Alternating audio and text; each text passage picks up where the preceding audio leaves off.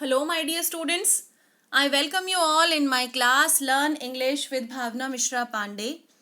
Today we are going to do question answers of the chapter Two Stories About Flying.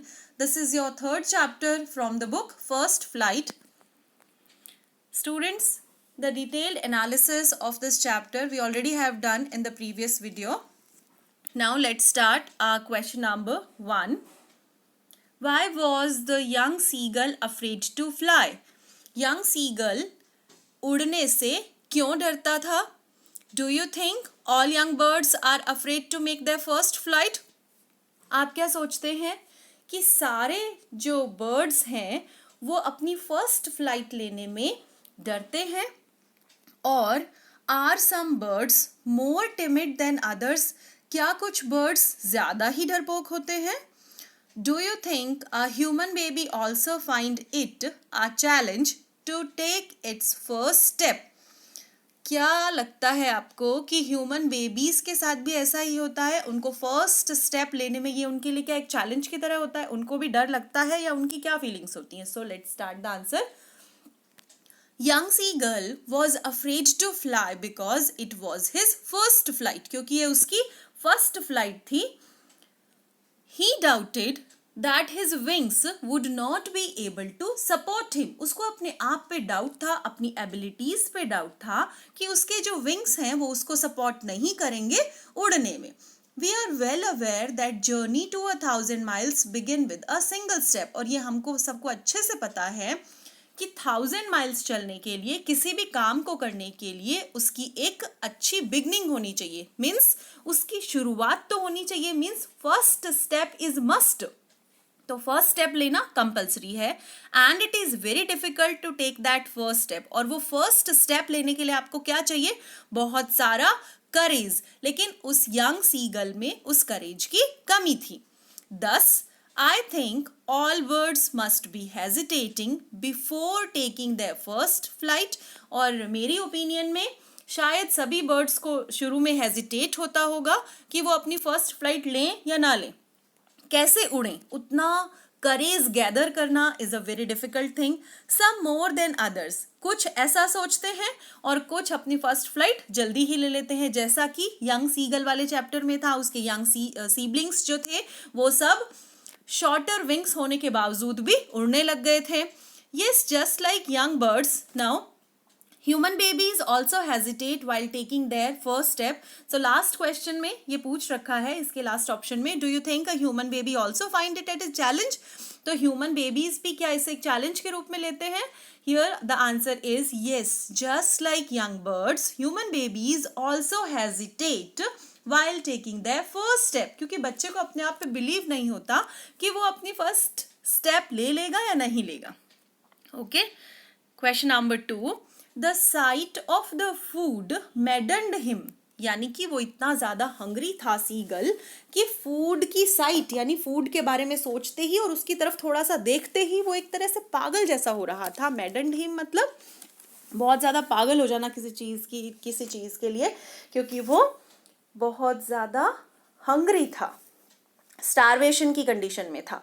What does this suggest? और ये sentence हमको क्या बताता है? What compelled the young seagull to finally fly? किस चीज़ ने उसको बाध्य किया? compelled means force करना, बाध्य करना इन हिंदी, कि क्या ऐसी चीज़ थी जिसने उसको फोर्स किया कि तुम उड़ो. So on not being able to gather courage to fly and acting like a coward, the young seagull's family left him alone. उसमें करेज नहीं था. किस चीज़ का? उड़ने का करेज नहीं था. And he was behaving like a coward, acting like a coward. वो किसकी तरह बिहेव कर रहा था? एक कायर की तरह. The young seagull's family left him alone. इसलिए सीगल की फैमिली ने उसको क्या छोड़ दिया? अलोन, अकेले छोड़ दिया. और सारे सीबलिंग्स और मदर फादर दोनों उड़ के दूसरी तरफ चले गए. एज अ रिजल्ट, उसका रिजल्ट क्या हुआ? He was starving. वो भूखों मरने लगा. Since he could not fly to get his own food. Since he was starving, वो भूखों मरने लग गया क्योंकि उसको खाना नहीं मिला. When he saw his mother coming near him, जब उसने देखा कि उसकी मदर उसके नजदीक आ रही है with fish, जैसे ही उसने देखा वो इतना भूखा था और उसके मुंह, मदर के मुंह में क्या थी, एक फिश थी. ही गॉट एक्साइटेड, बहुत ज्यादा एक्साइट हो गया खुशी के मारे, and dived straight at the fish, और एकदम से वो सोचने लगा कि इसको मैं स्नैच कर लेता हूँ, मतलब झपट्टा मार के ले ही लेता हूँ. क्यों? क्योंकि वो बहुत भूखा था. Forgetting for a moment, and he forgot for a moment, वो क्या भूल गया कि उसको तो उड़ना आता ही नहीं है. He was afraid of flying, उसको डर था, उसको मन में जो डर था उसके, उसको वो भूल गया उस डर को. दस he got so maddened by the sight of food because he was starving, which compelled him to take his first flight. और इस तरह से ये जो साइट थी उस फिश की या उस फूड की, उसने उसको पागल कर दिया था. एंड क्योंकि वो भूखा मर रहा था और इसी की वजह से वो कंपेल्ड हुआ, वो फोर्सफुली क्या, उसने उड़ना शुरू किया. किसकी साइट को देख के? फूड की साइट को देख के. Okay. Now, question number 3. They were beckoning to him, calling shrilly. Why did the seagull's father and mother threaten him and dazzle him to fly? So, they were beckoning to him means वो signal दे रहे थे. calling shrilly, क्या कर रहे थे? उसको unpleasant voice में उसको सिग्नल दे रहे थे, जोर जोर से बोल के उसको सिग्नल दे रहे थे. Why did the seagull's father and mother threaten him? Means उसको एक तरह से क्या थ्रेट, किस चीज़ की थ्रेट मिल रही थी? फ्लाई करने के लिए, परसुएड करने के लिए. कैजल मीन्स मनाना, किसी को पैम्पर करके मनाना. क्या ऐसी चीज़ थी कि पेरेंट्स उसको थ्रेटन कर रहे थे?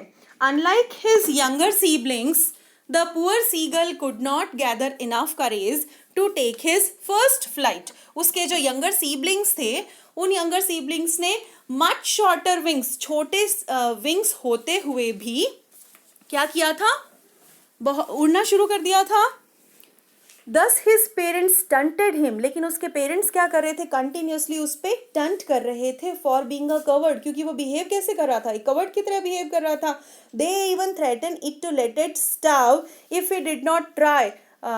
अगर, और पेरेंट्स उसको कंटिन्यूसली क्या कर रहे थे? थ्रेटनिंग कर रहे थे या उसको परसुएड करने की कोशिश कर रहे थे. कैसे? कि अगर तुमने उड़ना स्टार्ट नहीं करा तो यू विल स्टार्व हियर, तुम भूखों मर जाओगे. They thought hunger would make him fly looking for his food. Actually he was looking for his food but he didn't get. So उसके पेरेंट्स उसको सोच रहे थे कि अगर हम इसको ऐसे थ्रेट करेंगे तो ये क्या करेगा? अपनी फर्स्ट फ्लाइट ले लेगा. They did all of this because they wanted him to fly. उन्होंने ये सब क्यों किया? उस पर टंट क्यों किए? उसको अनप्लेजेंट वॉइस में चिल्ला के क्यों बोले? क्यों? क्योंकि वो उसको यंग सीगल को उड़ते हुए देखना चाहते थे. Now next question answers from your second story, black aeroplane.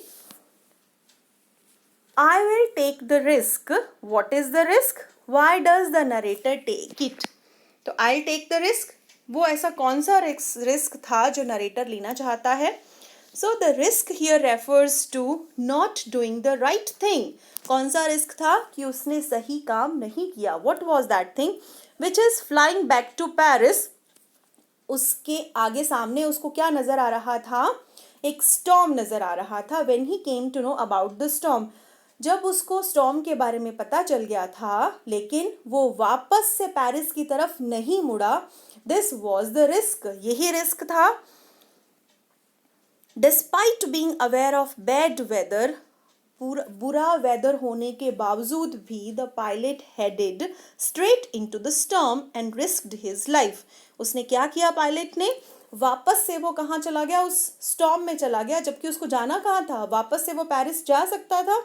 उसने क्या किया? अपनी लाइफ को रिस्क में डाल दिया, खतरे में डाल दिया. The pilot's decision making was clouded by his wish to meet his family.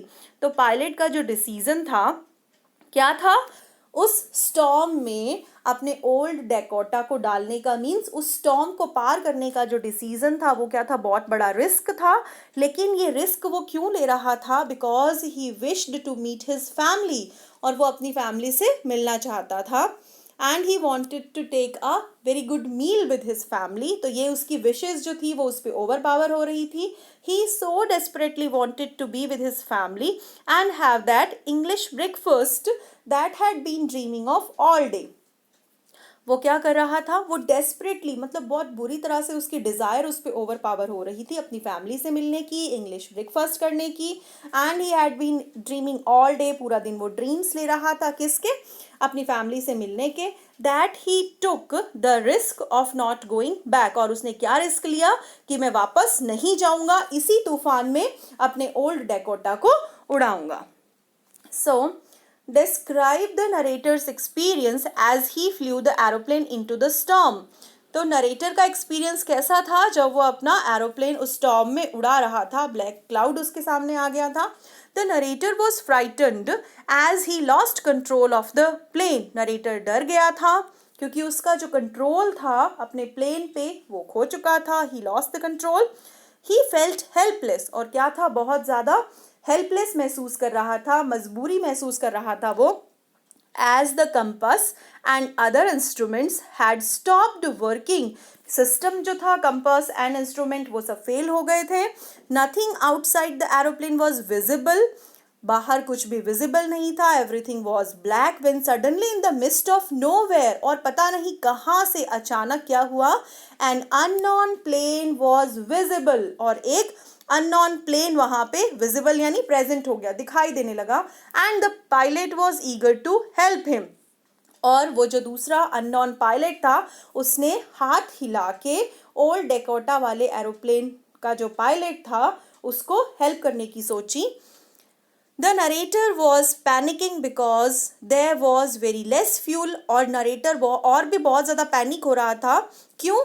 क्योंकि उसको चिंता किस बात की थी, एंग्जाइटी किस बात की थी, वो वापस भी नहीं जा सकता था और उसके जो फ्यूल टैंक में जो फ्यूल था वो भी बहुत कम था. Somehow he managed to escape the storm with the help of the strange pilot whom he could not thank. तो नरेटर ने किसी तरह मैनेज किया. कैसे? By the help of that unknown pilot. उसकी मदद से उस स्टॉर्म से निकलने में उसको हेल्प मिली, लेकिन उस पायलट को वो थैंक्स भी नहीं कर सका. Okay, in the next question we will see क्यों उसको थैंक नहीं कर सका. Why does the narrator say I landed and was not sorry to walk away from the old Dakota? Question का आंसर आपको पता चलेगा, इस स्टेटमेंट का मीनिंग आपको पता चलेगा इसके आंसर से.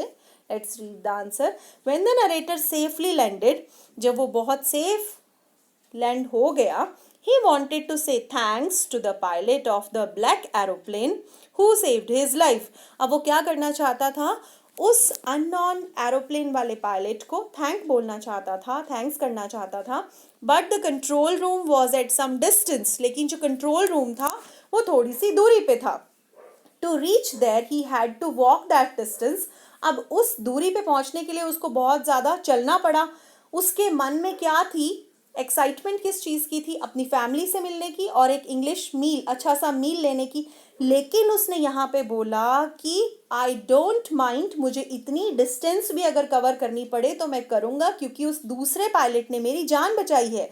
इसलिए he says he didn't feel sorry to walk away from the old Dakota. इसलिए उसको उस ओल्ड डेकोटा से उतर के वो डिस्टेंस कवर करने में वो कह रहा था कि मैं कोई सॉरी फील में, मतलब मेरे को मन में खेद नहीं हो रहा है. क्योंकि उसका मन क्या था, पहले बहुत ज़्यादा मचल रहा था अपनी फैमिली से मिलने के लिए, लेकिन अब देरी पे देरी हो रही है तब भी उसको फील नहीं हो रहा क्योंकि उस पर्सन ने, अननोन पर्सन ने उसकी जान बचाई थी.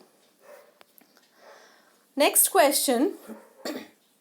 What made the woman in the control center look at the narrator strangely? तो कंट्रोल रूम में जो लेडी थी वो स्ट्रेंज बिहेव क्यों कर रही थी जब नरेटर ने उसको दूसरे एरोप्लेन के बारे में बताया. तो वो क्या, the woman in the control centre looked at the narrator strangely. उसकी तरफ स्ट्रेंजली देख रही थी, आश्चर्यचकित रूप से देख रही थी. When he asked about the other pilot, जब उसने ओल्ड डेकोटा वाले पायलट ने दूसरे पायलट के बारे में पूछा, that helped him escape the storm. उस स्टॉर्म से बचने में उस पायलट की हेल्प की थी. तब this is because there was no other plane in the sky during such bad weather. वो लेडी सरप्राइज इसलिए कर रही थी क्योंकि आसमान में उस टाइम स्काई में कोई अदर प्लेन था ही नहीं except the one that one the narrator was flying, that was the old Dakota. Okay, now who do you think help the narrator. अब आप क्या सोचते हैं, आपकी इमेजिनेशन क्या कहती है कि किसने उसको हेल्प किया होगा वहां सेफली लैंड करने में. Discuss this among yourself and give reason for your answer. So in my opinion, it was the pilot's own conscience which helped him out of the storm. मेरे ओपिनियन में उसकी खुद की अंतरात्मा जो थी और वो जो उसके ड्रीम्स उस पर ओवर पावर हो रहे थे, I think because of those वो अपने प्लेन को उड़ा करके ले गया उस खतरनाक स्टॉर्म से. There was no other plane, वहाँ पे स्काई में कोई अदर प्लेन भी नहीं था उस स्टॉर्मी नाइट में. सो प्रोबेबली ऐसा हो सकता है इट वॉज हेल्यूसिनेटिंग, वो शायद हेल्यूसिनेशन में हो, ये उसका एल्यूजन हो, उसका भ्रम हो. It was his own capability, ये उसकी खुद की कैपेबिलिटी थी as a pilot which led him out of that black cloud, जो कि उसको बाहर निकाल के ले आई. क्या? उसकी capability from that black cloud या black storm. So students, thanks for watching this. Stay connected. Thank you.